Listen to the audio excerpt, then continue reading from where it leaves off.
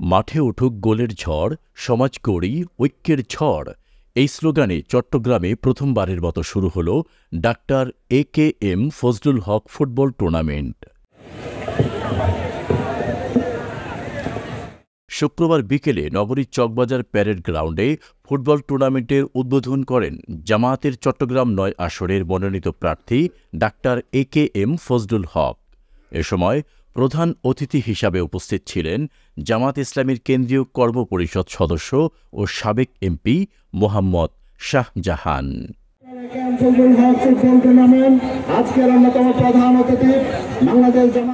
সম্প্রতি চকবাজার ও প্রজন্ম ২৪-এর আয়োজনে টুর্নামেন্ট কমিটির সভাপতি ফয়সাল মোহাম্মদ ইউনুস উদ্বোধন অনুষ্ঠানে সংক্ষিপ্ত আলোচনা সভায় সভাপতিত্ব করেন।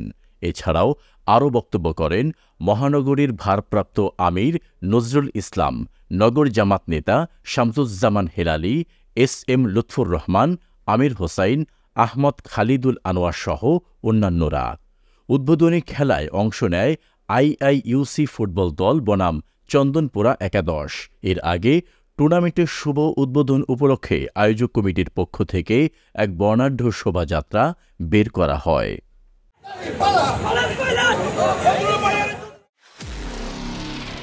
নিরপেক্ষ, সত্য প্রকাশে আপোষহীন।